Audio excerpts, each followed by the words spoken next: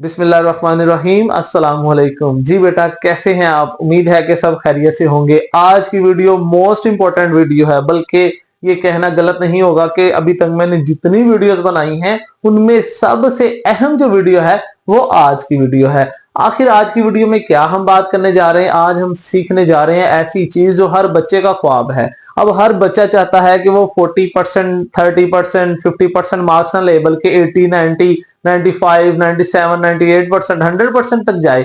अब ये इस ख्वाहिश को पूरा करने के लिए आपको जो सबसे पहली चीज चाहिए ना, वो ये है, जो पहली सीढ़ी है वो ये है कि अपनी राइटिंग बेहतर करनी है। बल्कि मैं इस बात की गारंटी देता हूं कि आज बताने वाली जो टिप्स हैं, आज मैं आप लोगों को जो टिप्स बताऊंगा अपनी राइटिंग को इंप्रूव करने के लिए, अगर आप उनको फॉलो करते हैं तो इंशाल्लाह इंशाल्लाह मेरे अल्लाह ने चाहा तो आपकी जो राइटिंग है उसकी वजह से आपकी परसेंटेज 40 से 80%। जी बेटा, तो आप लोगों को जो मैं आज टिप्स बताने जा रहा हूं उसमें सबसे पहले है हेड पोजीशन। जैसे कि आपको स्क्रीन पर नजर आ रहा है, हेड पोजीशन जो है, इसकी वजह से भी बाज़ औक़ात हमारी जो हैंड राइटिंग है वो बेहतर नहीं होती। क्यों?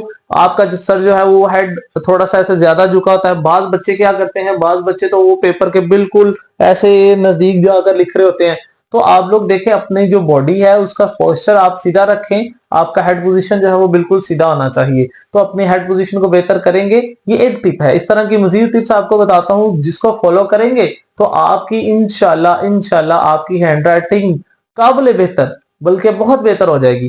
तो देखें, सबसे पहले हेड पोजीशन आपने बेहतर रखना है। अब जी बेटा, सेकंड और मोस्ट इंपॉर्टेंट, आपके पेंसिल पकड़ने का तरीका। आपने अपने पेंसिल पकड़ने का तरीका सही करना है। आपके सामने मैं एक पिक्चर आपको दिखा रहा हूं। इस पिक्चर में आप देखें कि अगर आपकी पेंसिल पकड़ने का तरीका ठीक नहीं है तो तब भी आपकी राइटिंग बेहतर नहीं होगी। तो आपने क्या करना है, पेंसिल पकड़ने का तरीका सीखना है। जैसे कि आपको बेहतर, बिल्कुल बेहतरीन जो तरीका है वो मैं यहां पर दिखा रहा हूं, आप देखें।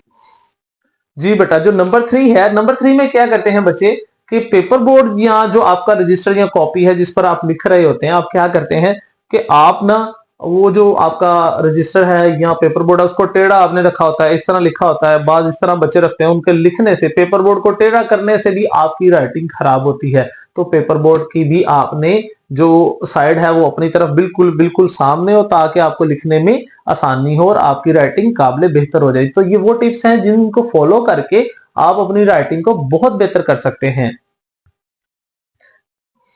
जी बेटा, जो नंबर 4 पे है वो है स्पेसिंग। अब बाज बच्चे क्या करते हैं कि वर्ड्स लिखते वक्त बाजू का वो बहुत ज्यादा स्पेस दे देते हैं और बाजू का जो है वो बहुत कम स्पेस देते हैं। मिसाल के तौर पर आपके सामने एक एग्जांपल रखता हूं, जैसे कि यहां पे मैं लिख रहा हूं, physics is a study of matter and energy. चले, ये देखें, मैंने लिखा जी, physics is a study of matter and energy. इसी तरह एक दूसरा बच्चा लिखता है इसी लाइन को, लेकिन इस तरह से, physics is a study of matter and energy.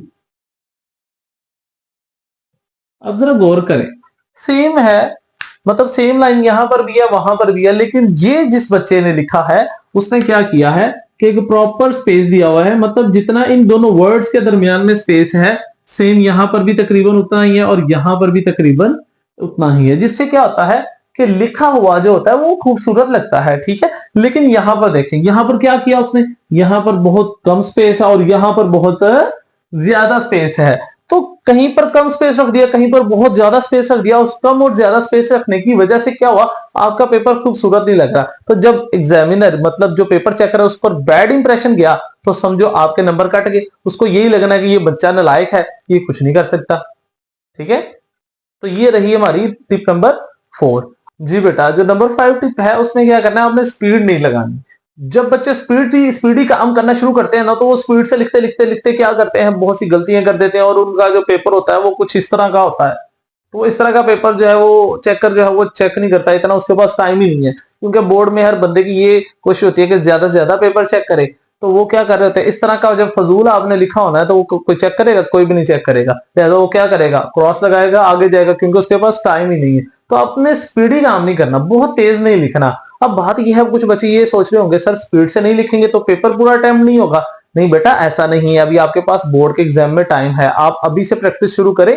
आप जो है पहले स्लो लिखें। स्लो लिखने से मुराद है स्लो लिखें, साफ लिखें, एक प्रॉपर स्पेस देकर लिखें, वर्ड्स को जितना बड़ा लिखना चाहिए उतना बड़ा लिखें। अब पहले आप आहिस्ता आहिस्ता लिखें, फिर उन वर्ड्स को उसी तरह लिखें, लेकिन थोड़ा स्पीडी आहिस्ता आहिस्ता प्रैक्टिस करें। तो लिहाजा क्योंकि प्रैक्टिस जो है वो सबसे अहम है, तो आप जब आहिस्ता आहिस्ता अच्छा लिखें, लेकिन आहिस्ता आहिस्ता लिखें, फिर आहिस्ता आहिस्ता वो स्पीड तेज हो जाएगी और आप एक ना एक दिन बेहतर हो जाएंगे। तो जी बेटा, तो नंबर 6 पे हमारे पास जो टिप है उसमें सबसे पहले तो आप यही बात को जरा गौर से सुने कि एक जंग में जिस बंदे के पास अच्छा हथियार होता है वो सबसे ज्यादा कामयाब और सेफ रहता है। इसी तरह वो उतनी ज्यादा कामयाबी हासिल कर सकता है। इसी तरह अगर आपके पास भी एक अच्छा पेन होगा तो आपकी राइटिंग जो है उसमें बहुत ही ज्यादा सुधार आ जाएगा। तो लिहाजा आपने क्या करना है, सस्ते पेन के चक्कर में कहीं अपनी हैंड राइटिंग खराब नहीं कर लेनी, और बल्कि बाज़ औक़ात वो पेन जो है लिखते वक्त इंक जो है वो फैला देता है और जिससे हमारा पूरा पेज खराब हो जाता है। तो लिहाजा आपने एक मियारी पेन का इस्तेमाल करना है। जी बेटा, तो 7 नंबर जो टिप है हमारी, ये टिप आपकी राइटिंग में सबसे अहम किरदार अदा करती है, क्योंकि ये बात जो मैं अभी आपको बताने लगा हूं ये कोई नहीं बताएगा इंशाल्लाह। और वो ये बात क्या है सुने। बाज बच्चे क्या करते हैं कि पूरा टेस्ट सेशन जो है वो जिस पेन से कर रहे होते हैं, जब बोर्ड वाले दिन वो जाते हैं पेपर देने तो वहां पर क्या करते हैं, एक नया पेन ले जाते हैं इस शौक में कि हमारा बोर्ड का पेपर है जी, एक दो नया पेन ले लेते हैं। और वो जब नया पेन लेकर बोर्ड में जाते हैं तो वो लिखने की कोशिश करते हैं तो उनकी उसकी जो पेन की जो निब होती है वो उनके हाथ के मुताबिक सेट नहीं होती, जिसे आप ये समझ लें कि हाथ के मुताबिक घिसी नहीं होती। तो उससे ना तो उस बंदे की स्पीड सही होती है और ना ही उसकी राइटिंग सही होती है। तो दोनों चीजों का वो बंदा बेड़ा गर्क कर लेता है किसकी वजह से, एक नया पेन खरीदने के चक्कर में। तो ये जो बात मैं आपको बता रहा हूं, कभी भी आपने एग्जाम में नया पेन नहीं खरीदना, बल्कि उस पेन का इस्तेमाल करना है जो पेन आप पिछले 2-3 माह से आप यूज कर रहे हैं। उसकी वजह क्या है कि वो पेन आपके हाथ की बनावट के मुताबिक घिस चुका होता है, उसकी निब जो है वो घिस चुकी होती है फ्रिक्शन की वजह से। तो उसके घिसने से क्या होता है, वो आपके हाथ का पूरा सेट बन गया होता है, सेट हो जाता है, जिससे क्या होता है आपकी राइटिंग और ज्यादा बेहतर होती है और आपकी स्पीड भी बनती है। तो लिहाजा आपने नया पेन इस्तेमाल नहीं करना। जी तो बेटा, इन सारी टिप्स को फॉलो लाजमी करना है। अब देखें, पता क्या बात है, बात ऐसे है कि इन सारी टिप्स को आपने सुन लिया है, लेकिन प्रैक्टिस के बगैर ये सारी चीजें फजूल है। तो प्रैक्टिस ही इंसान को परफेक्ट बनाती है। Practice makes a man perfect. तो परफेक्ट होने के लिए आपने इन बातों को फॉलो करना है और इन पर अमल करना है। जब आप इन पर अमल करेंगे तो आप देखेंगे विद इन 30 डेज आपकी राइटिंग में बहुत ज्यादा इंप्रूवमेंट आ जाएगी। तो अभी एग्जाम आ रहे हैं, 1-1.5 माह है, कुछ जो है 9th क्लास के पास 1.5 माह है और 10th के पास तकरीबन 1 माह है। तो अगर आप अभी से इसकी प्रैक्टिस शुरू कर देंगे जी बेटा, लास्ट पे एक बात आप लोगों से करेंगे।